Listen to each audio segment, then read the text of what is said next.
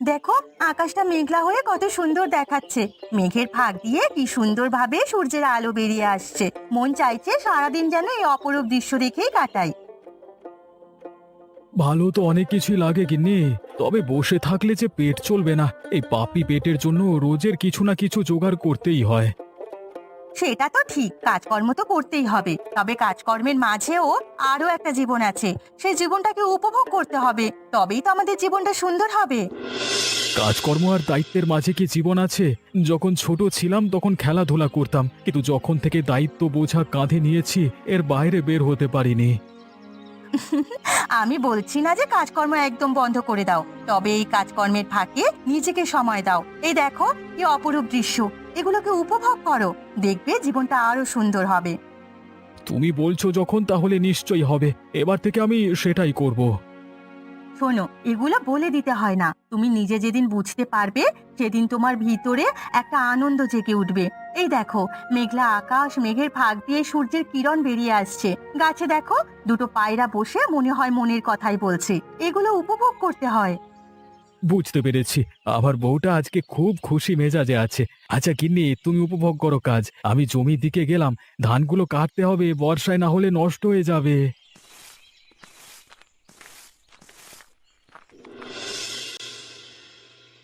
আমাকে বসতে বলে কোথায় যে গেল গিন্নি, আমার যে দেরি হয়ে যাচ্ছে।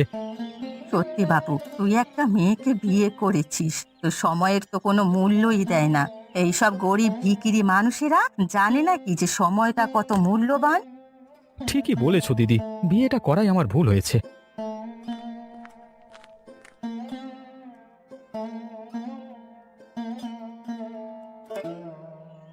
সত্যি তোমার কোনো জ্ঞান নেই নাকি?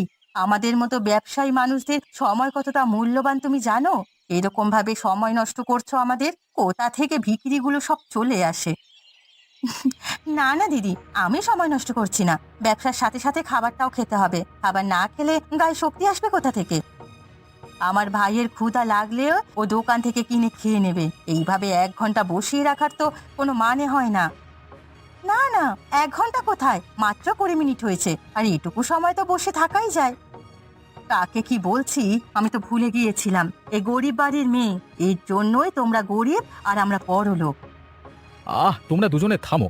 আমার এমনিতেই দেরি হয়ে গেছে, আরো দেরি হয়ে যাচ্ছে। যত সব উটকো ঝামেলা জুটেছে আমার কপালে।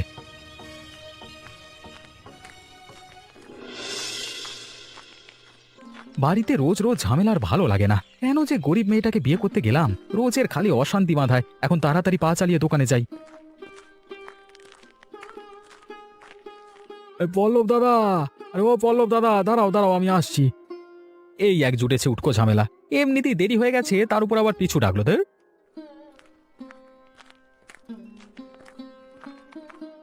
দাদা, দোকানে যাচ্ছ নাকি?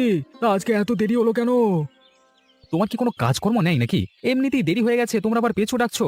আরে তোমরা তো আর বোঝো না সময়ের মূল্য, ওই জন্যই এখনো পর্যন্ত গরিব হয়ে আছো। মনে হচ্ছে দাদার মনটা ভালো নেই আজকে। ঠিক আছে দাদা, তুমি এগিয়ে যাও, আমি একা একা আসছি।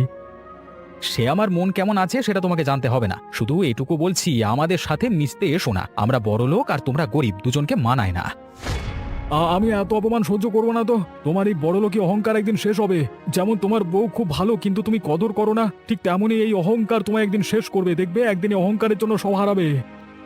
2 টাকার ভিখিরি আমাকে জ্ঞান দিতে এসেছে, আমার প্রতিবেশী হওয়ার তোর কোনো যোগ্যতাই নাই, যত সব। আজকে ওনার প্রিয় খাবার ডাল পোস্ত রান্না করছি। আশা করছি রান্না বান্না সব ভালোই হবে। দুপুরে এসব রান্না দেখে উনি খুব আনন্দিত হবেন।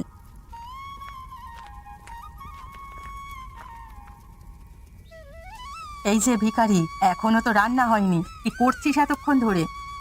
দিদি, প্রথমত আমাকে ভিখারি বলাটা বন্ধ করো তুমি, আর তোমার মুখে লাগাম দাও। আমার সাথে এরকম ভাবে কথা কেন বলছো? এ কি মুখের ভাষা? তোমার বাবা মা তোমাকে কিছু শিক্ষা দেয়নি? এত বড় সাহস তোর, তুই আমার বাবা মাকে নিয়ে কথা বলছিস? আজকে তোর একদিন কি আমার একদিন। 2 টাকার ভিখারি আমাকে জ্ঞান দিচ্ছে? এই বাড়িতে থাকার তো যোগ্যতাও নেই তোর। তুমি আমায় মারলে দিদি? তুমি তো পরের বাড়ি গিয়ে সংসার করতেও পারোনি, আর আমাকে সংসার করতে দিচ্ছ না। যত বড় মুখ নয় তত বড় কথা। আজকে তোকে আমি বাড়ি থেকে বার করেই ছাড়বো।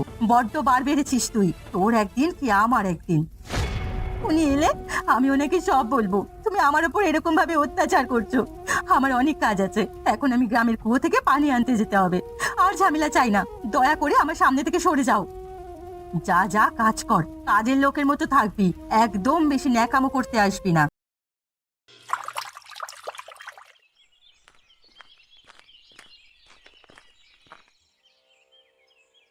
আরে দিদি, তুমি তুমি তো এই সময় পানি নিতে আসো না?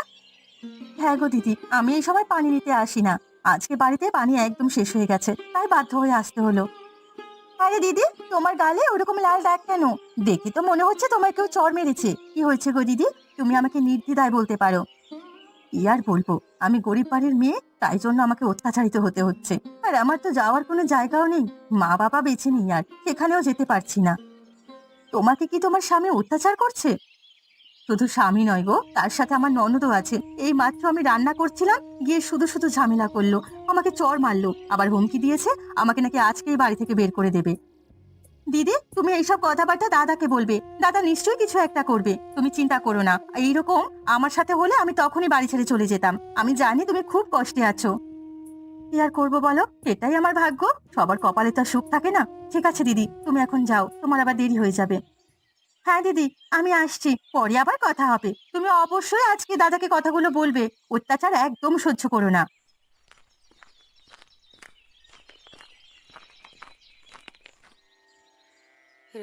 হায় বিধাতা, তুমি আমাকে কোথায় এনে ফেললে?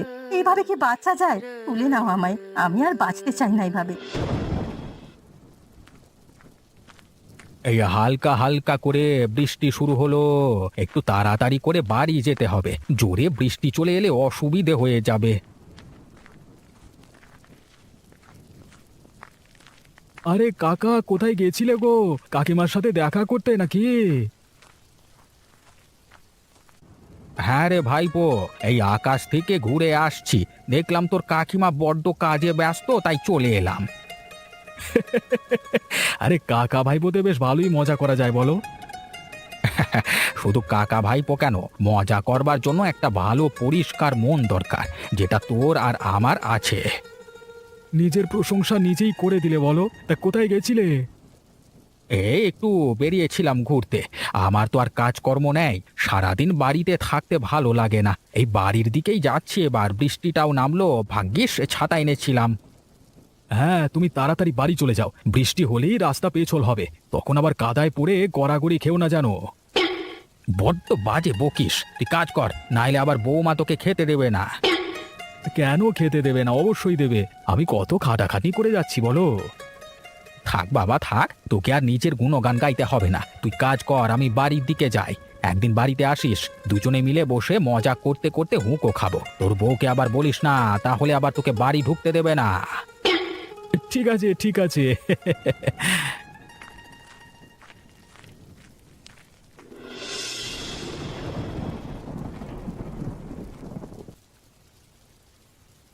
দেখো, আজকে আমি সব তোমার পছন্দের খাবার রান্না করেছি, তুমি তো এটা খেতে খুব ভালোবাসো। এটা রান্না হয়েছে, রান্না করতে জানো তুমি? কাকে বিয়ে করে এনেছিস ভাই, একটা কাজের মাথা মুন্ডুও বোঝে না।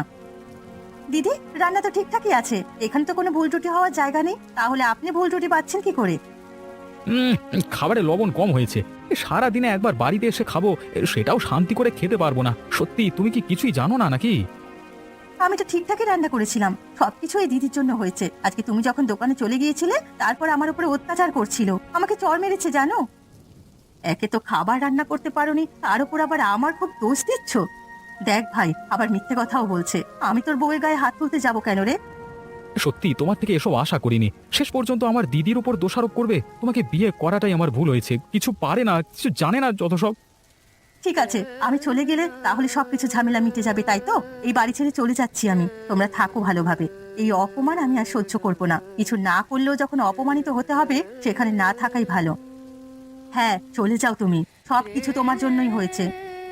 তোমাকে একটা কথা বলে রাখছি, তোমার এই দিদি শুধু টাকা বোঝে, অন্য কিচ্ছু বোঝে না। টাকার কারণে বিয়ে করে গিয়েছিল, আবার টাকা লুটে এ বাড়িতে চলে এসেছে। তেমনি যখন তোমার কাছে টাকা থাকবে না, তখন তোমার দিদির আসল রূপটা দেখতে পাবে।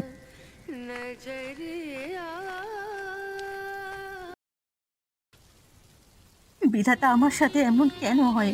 আমি তো কোনোদিন কারো ক্ষতি চাইনি, সকলের ভালো করতে চেয়েছিলাম সব সময়।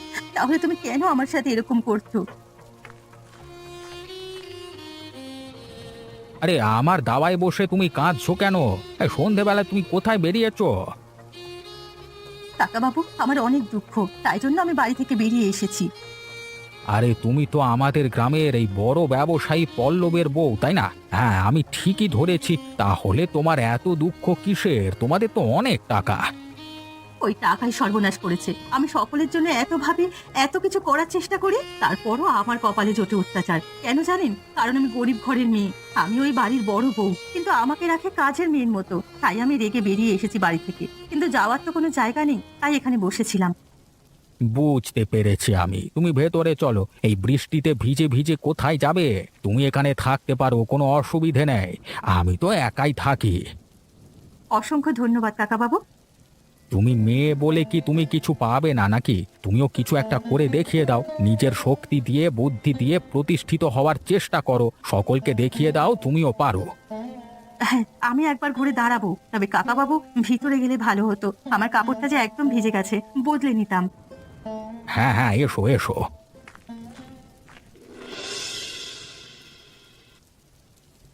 দিদি, বন্যা হয়ে গেল যে, মেয়েটা রাগ করে একা বেরিয়ে গেল। ও এখন কি অবস্থায় কোথায় আছে কে জানে। তুই ছাড় তোর কথা, তুই তোর ব্যবসায় মন দে। এইসব ভিখারিদের কিচ্ছু হয় না। আর হ্যাঁ, আমি তোকে বলেছিলাম যে একটা সোনার হার গড়িয়ে দিতে, সেটা কবে করে দিবি? এখন তো হবে না দিদি, বর্ষায় তেমন দোকান চলে না। এর উপর আবার বন্যা হয়ে গেল, একদমই বেচা কেনা হবে না। তাহলে টাকা পাবে কোথায়? যা টাকা আছে তাই দিয়ে এখন সংসার চালাতে হবে। কি, তোর কাছে টাকা নেই? আমাকে সোনার হার গড়িয়ে দিতে পারবি না? তাহলে কিসের জন্য আমার ভাই হয়েছিস? তোমার সোনার হার গড়িয়ে দিতে পারবো না এটা একবারও বলিনি। আমি শুধু বলছি কয়েকটা মাস অপেক্ষা করো, তারপর। এখন যা টাকা পয়সা আছে তা তোমার সোনার গয়নার পেছনে উড়িয়ে দিলে হবে না। যে ভাই প্রতিষ্ঠিত হওয়ার পর তার দিদিকে একটা সোনার হার গড়িয়ে দিতে পারে না, সে ভাই হওয়ার যোগ্যই নয়। আমায় একদম দিদি বলে ডাকবি না। যেদিন আমায় সোনার হার গড়িয়ে দিবি, সেই দিন আমাকে দিদি বলে ডাকবি।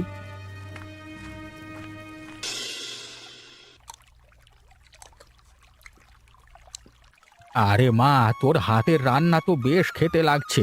এত সুন্দর রান্না কোত্থেকে শিখলি রে মা? আমি তো আমার মায়ের কাছ থেকে রান্না শিখেছি। কাকাবাবু, সত্যি কি আমার হাতের রান্না খুব ভালো হয়েছে? হ্যাঁ, অবশ্যই ভালো হয়েছে। এই রান্না যে একবার খাবে সে আঙুল চাটতে চাটতে আঙুলটাও চিবিয়ে খেয়ে নেবে। কাকাবাবু, এবার একটু বেশি হয়ে যাচ্ছে। তবে রান্না আমি ভালোই পারি। তবে এই রান্না খেয়েও ওই বাড়িতে আমার নিন্দে করবে। তবে পল্লব তো ওরকম ছেলে নয়, নিশ্চয়ই ওর কিছু একটা হয়েছে। হ্যাঁ, ওই যে আমার ননদ আছে, ওই ননদ আমার স্বামীর মাথা খাচ্ছে। যা বলছে তাই মেনে নিচ্ছে, আমার একটা কথাও শুনছে না।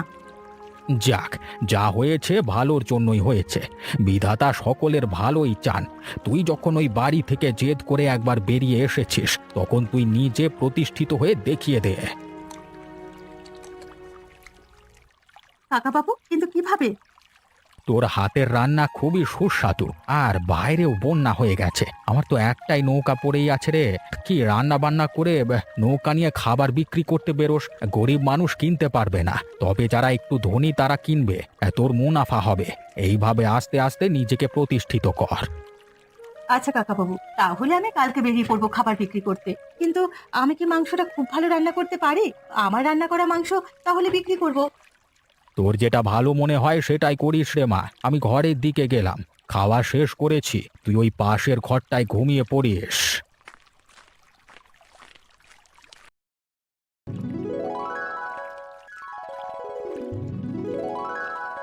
বাবু, রান্না করা মাংস আছে, একদম অল্প দামে, নেবেন নাকি? আচ্ছা দিদিভাই, তোমার কাছে মাংস কত কেজি আছে? বাবু, আমার কাছে 10 কেজি মাংস রান্না করা আছে। 1 কেজি মাংস 100 টাকায় বিক্রি করছি। আপনাকে কত দিব? না না, তুমি 1 কেজি মাংসের জন্য 120 টাকা দাও। আর আমাকে এই সমস্ত মাংস দিয়ে দাও। তুমি এত কষ্ট করে রান্না করে নৌকায় করে বিক্রি করতে বেরিয়েছো, এইটুকু তোমার প্রাপ্য। এই নিন বাবু, এতে পুরো মাংসটা আছে। আপনি অনেক বড় মনের মানুষ, সব সময় সকলকে সাহায্য করেন। এই সব জন্য বিধাতাও আপনার ঘরে অভাব রাখেনি। হ্যাঁ, সেটা হতে পারে, তবে আমার এখন কোনো অভাব অনটন নেই। দিদি, এই নাও তোমার টাকা। তুমি যতটা পরিশ্রম করবে ততটাই পারিশ্রমিক নেবে। তোমার প্রাপ্য জিনিস তুমি নেবে, এটা তোমার অধিকার। অসংখ্য ধন্যবাদ আপনাকে এত বড় উপকার করার জন্য। তাহলে আমি আসছি এখন। হ্যাঁ, এসো, ভালোভাবে কাজকর্ম চালিয়ে যাও, আরো নতুন নতুন সুস্বাদু রান্না করো, শুধু মাংস নয়, আরো অনেক কিছু। হ্যাঁ, আমি চেষ্টা করব। এই তো আজকে থেকে ব্যবসাটা শুরু করেছি, ধীরে ধীরে সবকিছুই করব।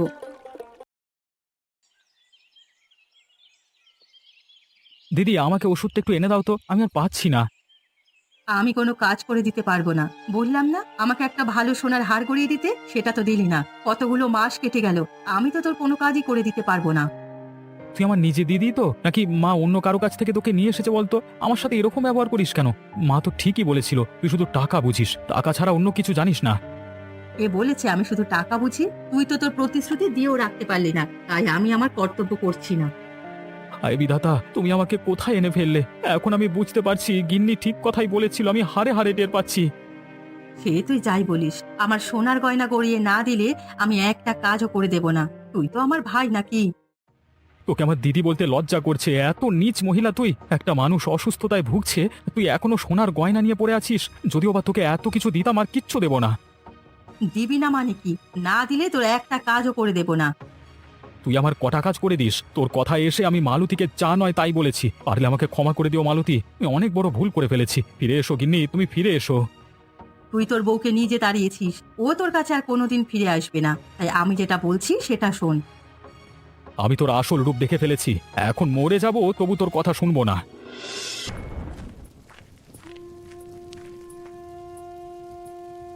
তুমি চিন্তা করো না, আমি চলে এসেছি। আমি তোমার দেখাশোনা করব। তুমি এসেছো গিন্নি, দয়া করে তুমি আমাকে ক্ষমা করে দাও। ও ও অনেক বড় ভুল হয়ে গেছে আমার। এসব কথা এখন বলার সময় নেই। তোমার শরীর খারাপ, আগে শরীরটাকে ভালো করতে হবে। গিন্নি, আমি দিদির কথায় এসে তোমাকে চা নয় তাই বলে অপমান করেছি, তাই জন্য হয়তো আমার ব্যবসাটা এখন বন্ধ হতে চলেছে। একদমই না, তোমার ব্যবসা বন্ধ হয়ে যাওয়ার পেছনে হাত রয়েছে তোমার দিদির। তোমার কষ্ট আমাকে অন্য দোকানে পাঠিয়ে দিয়ে সেই দোকান থেকে ভাগ নিচ্ছে। সে কি? তার মানে আমার ব্যবসা নষ্ট করেছে আমার দিদি?